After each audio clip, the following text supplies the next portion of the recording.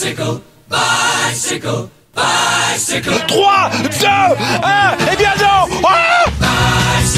Aïe aïe aïe, attention Philippe, le parapet. Ah, Christopher Froome qui n'a plus de vélo. Christopher Froome à pied. Oh my God. De nouveau Pierre Rolland, attaque de Pierre Rolland encore une fois. Personne ne réagit.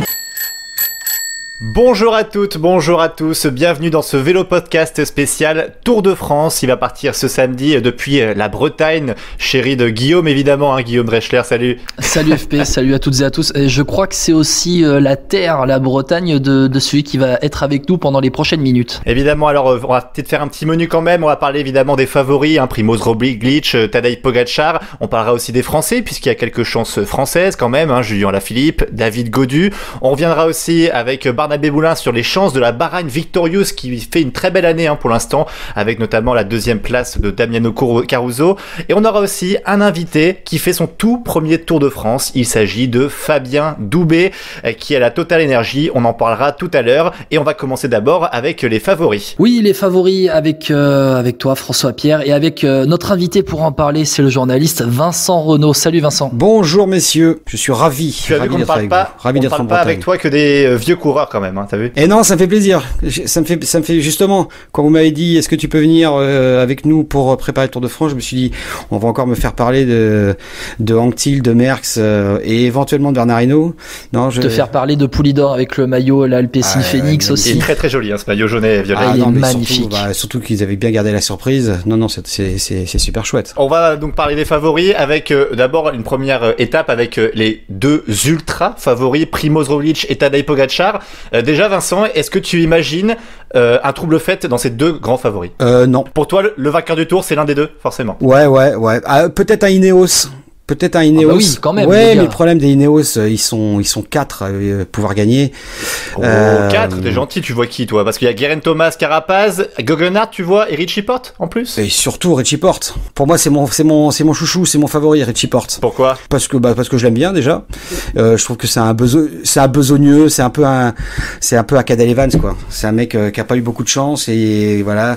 Et je pense que c'est son année. À part ça, effectivement, voilà, ils sont deux. S'il y en a un qui peut s'incruster dedans, ça peut être un Ineos, et puis après voilà, il y a peut-être un Uran ou un Lopez, mais bon là Lopez on en parlera peut-être après, mais bon les chronos sont peut-être un peu trop longs pour lui. Justement, c'est un profil rouleur-grimpeur, Guillaume, ce qu'on a évidemment Pogačar, très bon rouleur comme Roglic en fait. Le parcours, moi je me dis depuis la sortie du parcours que c'est un Tour de France taillé pour Primoz Roglic. Maintenant, quand on me dit que ça va juste se résumer à un duel Pogačar-Roglic, la Ineos, ils sont quand même là quoi. Geraint Thomas, Richard Carapaz, Tao Geoghenaert qui a remporté le Giro, Richie Porte, quand même quoi, on peut quand même pas s'en passer, on peut quand même pas les occulter parce que eux vraiment, ils ont changé de tactique depuis un an et demi, c'est-à-dire que ils osent vraiment maintenant attaquer et ils osent vraiment faire péter une course quand ils ne sont plus là, et même quand ils ont la course en main, ils ont de quoi faire. Moi, celui que je mets vraiment entre les deux, entre Roglic et Pogačar, c'est Richard Carapaz, que je vois très fort sur ce Tour de France. Mais c'est vrai que Vincent, tu as raison de mettre Richie Porte dans la boucle, parce que Richie Porte, tout simplement cette saison, il gagne le Dauphiné au début du mois de juin, il fait deuxième du Tour de Romandie au mois de mai, et puis il fait deuxième du Tour de Catalogne. Donc il s'est pas réellement raté depuis le début de saison, sauf à Paris-Nice où il abandonne à la première étape, mais quand même quand il a été sur la course. Ouais, mais là bon voilà. Et quand il est sur la course cette année, il est là quand même. Et à 36 ans, le profil à Cadel Evans, un petit peu en fin de carrière, la revanche de Richie Porte, jamais réellement chanceux, l'année dernière podium, ça peut le faire. Et en plus, il est pile dans le profil que tu évoquais juste au début, c'est-à-dire que c'est un véritable grimpeur rouleur qui quand même il est plutôt bon contre la montre, il suit les meilleurs. Alors c'est pas un vrai attaquant, mais justement avec une équipe comme ça qui peut attaquer à tout va, je pense qu'il a sa carte à jouer lui en étant un petit peu en retrait et je pense que voilà, après en général je me trompe hein, moi aussi ça tombe bien. Donc Mais je pense que s'il y en a un qui peut jouer les troubles faites entre les deux ogres là, les deux Slovènes, je pense que ça peut être Richie Porte. Et est-ce que pour les déstabiliser, il faudrait pas justement plusieurs équipes offensives comme Ineos d'ailleurs qui a déjà annoncé la couleur? Est-ce qu'il y a des équipes comme tu l'as dit tout à l'heure pour Rigoberto Uran, la Education First, il faudrait pas très souvent attaquer les deux monstres en fait, c'est-à-dire les mettre en danger? Ouais, bien sûr, mais bon. T'y crois en l'AIF, toi? Moi, j'y crois pas trop. Uran est un peu seul en plus dans cette équipe, franchement. Il y a Higuita quand même, il y a Bissegger qui peut faire mal sur la plaine. Ça peut être des coups. Quand je dis des coups, c'est pas forcément en montagne, ça peut être sur la plaine aussi. Non, mais effectivement, à chaque fois, de toute façon, que le Tour de France a traversé la France, là, comme ce sera cette année encore, on quitte la Bretagne pour aller rejoindre les Alpes. À chaque fois, il y a eu des coups de bordure. À chaque fois, il y a eu des coups de Trafalgar. Ça a toujours été. On pense toujours que c'est des étapes promises à des sprinters. Ça peut être le cas, mais ça peut être aussi des étapes avec des surprises. Alors il y a aussi, on peut parler de la Bora-Hansgrohe, il y a quand même Bourman et Kelderman, eux ils peuvent quand même pareil attaquer, faire des choses. Bourman il est au fond du saut quand même. Ouais, oui, effectivement, mais bon, ça reste quand même un bon coureur et lui peut aussi faire péter les trucs. C'est un mec qui est attaquant plus que Kelderman en tout cas. Il y a quand même la Movistar, les gars. Il y a la Movistar, c'est ce que je disais tout à l'heure. La Movistar, en termes d'équipe, c'est impressionnant. C'est Enric Mas, Marc Soler, Alejandro Valverde. Après, on a Arcas, Erviti, Garcia Cortina quand même qui est pas mal aussi. Et puis Miguel Lopez. Et Miguel Angel Lopez évidemment. Mais là, c'est plutôt un profil de grimpeur. C'est pas des coureurs qui vont rouler en plaine ou qui vont tenter les bordures là pour le coup. Garcia Cortina. Ouais, Erviti, c'est des gars qui savent rouler. Mais bon, c'est pas les plus gros rouleurs de la terre non plus, on va se calmer. C'est quand même costaud, Garcia Cortina et Erviti quand ça enclenche. Il y en a quand même 15 devant, je pense au moins, si c'est pas plus en pleine quand même. Ah, mais si tu vas par là, je veux dire, l'Israel Startup Nation, ils ont rien à faire au départ du tour. Ouais, après l'Israel Startup Nation, le truc c'est que elle est un peu construite bizarrement cette équipe. À part Michael Woods et Dan Martin pour les étapes, je vois pas trop ce qu'ils viennent faire parce que quand on voit Papy Greipel au sprint, il y aura Papy Cavendish, on en parlera tout à l'heure. Et il retrouve la jambe. Attention, Greipel, il a retrouvé la jambe ces derniers mois là, à l'Israël. Il a une victoire. Oui, voilà, il a retrouvé une jambe. Une demi-jambe. Pour voir les seconds couteaux un petit peu derrière, c'est les deux monstres, Primoz Roglic et Tadej Pogačar, et derrière la Ineos, on a par exemple du Nibali, ce genre de coureurs. Est-ce que ça vous inspire un top 5 ça ou pas du tout? Ça m'inspire surtout le milieu des années 2010 quoi. Ouais. Ah oui. Nibali, Froome, c'est quand même. Simon Yates chez la Exchange ou là. Alors effectivement, Back Exchange, faut peut-être pas les oublier quand même, parce qu'ils ont Chavez, ils ont Yates. Mais plus Chavez que Yates. Simon Yates sort du Tour d'Italie, Chavez arrive en forme cette saison, il fait une bonne saison 2021, il a encore prouvé sur le Tour de Suisse qu'il avait la bonne jambe. Moi je vois plus Chavez que Yates se montrer sur ce Tour de France. Après voilà, chacun a son avis sur la question, mais enchaîner Tour d'Italie et Tour de France et être performant sur 3 semaines à chaque fois, c'est quand même compliqué. Ah non, c'est sûr que c'est très dur. En revanche, ils ont quand même une équipe aussi qui est taillée pour ne pas être surpris dans des bordures ou dans des étapes piégeuses.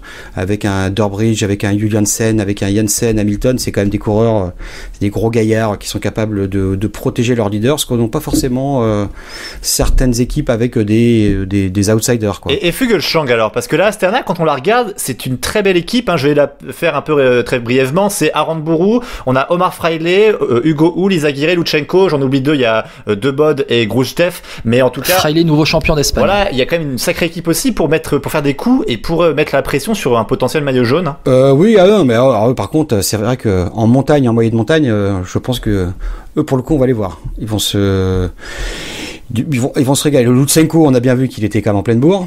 Après, voilà, pas mal Fuglsang, Izagirre, c'est pareil. Comme tu disais tout à l'heure, je sais pas qui est-ce qu'il disait, Guillaume, Omar Fraile, champion d'Espagne, donc ça veut quand même dire qu'il est en forme. Non, ils ont une franchement belle équipe. Après, est-ce que Fuglsang peut titiller les 4-5 gros favoris? C'est comme Richie Porte en fait, Jacob Fuglsang. Est-ce que c'est pas Lutsenko le favori de cette équipe? Non, pas sur 3 semaines. Non, puis pas en haute montagne. Parce que attention, pas beaucoup de haute montagne. Mais attention, c'est ce que j'allais dire, parce qu'en haute montagne, quand on regarde la première semaine, l'arrivée elles sont en descente, soit c'est pas très haut. Moi je pense qu'un Lutsenko, je dis pas qu'il tiendra les 3 semaines, mais ça peut tenir facile 2 semaines quand même. Ouais, mais Lutsenko sur des efforts longs de plus d'une demi-heure sur des cols. Sur des cols, voilà, il est lourd quand même, Lutsenko. Oui, il grimpe très bien, il a encore prouvé sur le dernier Dauphiné. Mais le vrai leader de cette équipe, c'est Jacob Fuglsang. Il vient de faire 3e du Tour de Suisse. C'est un peu le même profil que Richie Porte. Il roule très bien aussi. Il a un peu revanchard. Hein. C'était en 2019 où il arrivait pleine bourse. C'était le meilleur cycliste au monde avec Julien Alaphilippe et il abandonne sur chute en fin de première semaine.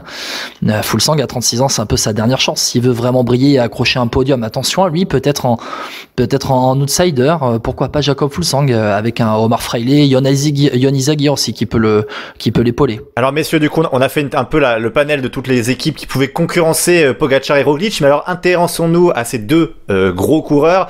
Par rapport aux équipes, pour Pogačar, on aura Michael Bjerg, Rui Costa, Davide Formolo, Mark Hirschi, Stake Langen, Rafa Majka et Brandon McNulty.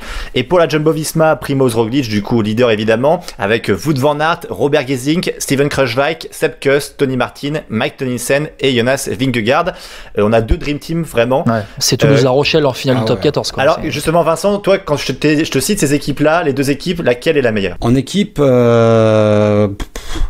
bah moi j'aime bien la UAE là cette année. L'arrivée de Mark Hirschi, je trouve qu'elle va faire du bien. Un Majka qui se met au service de son leader.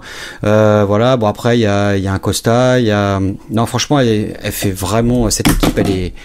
Elle est absolument incroyable quoi. Et puis évidemment ils seront tous au service de Pogačar. Donc McNulty, quand on a un mec comme McNulty qui serait dans n'importe quelle autre équipe, il serait leader je pense. Donc non, c'est une magnifique équipe. Mais enfin bon, la Jumbo-Visma, c'est quand même voilà. Après, c'est peut-être Gesink, c'est peut-être un peu vieillissant. Tony Martin, c'est peut-être un peu vieillissant. Kruijswijk aussi. Kruijswijk, bon, il est un peu plus jeune quand même, mais ouais, vieillissant parce qu'on le voit depuis longtemps en fait. Ouais, bon en même temps oui, non, Kruijswijk 34 ans, donc non, il est pas tout jeune non plus. Mais ouais, c'est ça, c'est peut-être un peu. Alors après, ils ont un avantage entre guillemets, c'est que ils ont quand même l'expérience de l'année dernière. Expérience très malheureuse sur l'avant-dernière étape. Je pense que ils ont été un peu suffisants les Jumbo-Visma l'année dernière. Ils ont essayé de tout contrôler en se disant de toute façon on a gagné, c'est bon. Là peut-être que justement la bataille va être un peu plus importante, que s'ils peuvent faire la différence très vite, je pense qu'ils vont pas hésiter à le faire. J'ai l'impression qu'ils ont moins une équipe pour contrôler que la UAE. C'est bizarre quand je vois l'équipe là. C'est vrai que tu dis Gesink, c'est vieillissant. Kruijswijk, bon, on sait pas trop ce que ça va donner. Sepp Kuss a pas été si rassurant que ça sur le Dauphiné. Tony Martin, il va pas emmener jusqu'à 2000 mètres d'altitude. Mike Tonnison, bon voilà, c'est peut-être le premier qui va être lâché. Jonas Vingegaard, bon voilà, je vais pas tous les faire, mais en clair, si je dois. Vingegaard c'est bien quand même. Hein. Vingegaard c'est bien. Deuxième du Pays Basque, c'est. Ouais. Voilà, ça prouve que. Non, voilà, mais en même temps, il est dans une des meilleures équipes du monde. S'il est en forme, ça peut faire très très mal en montagne. Hein, ça. Non, mais c'est vrai que si tu compares les deux équipes, c'est vrai que la UAE a le meilleur collectif sur le papier. Formolo qui serait leader dans une autre équipe, Majka qui est arrivé pour se mettre au service de Pogačar, McNulty, tu l'as dit Vincent, peut être leader partout ailleurs. Hirschi, à voir ce que ça va donner dans un rôle d'équipier. Non, ils ont franchement une très belle équipe. Pogačar a su gagner tout seul. Là, cette année, il sera pas tout seul. Et il sait, à mon avis, que la Jumbo l'attend au tournant aussi et qu'il va pas s'échapper si facilement que ça. Parfait, dans ce cas-là, Pogačar, Roglič dans les favoris, puis alors tu nous as dit Richie Porte, Vincent, on te retient, donc on te rappellera si Richie Porte remporte le Tour de France. Ah bah là, alors on fait une spéciale. Là. C'est exactement, spéciale australienne.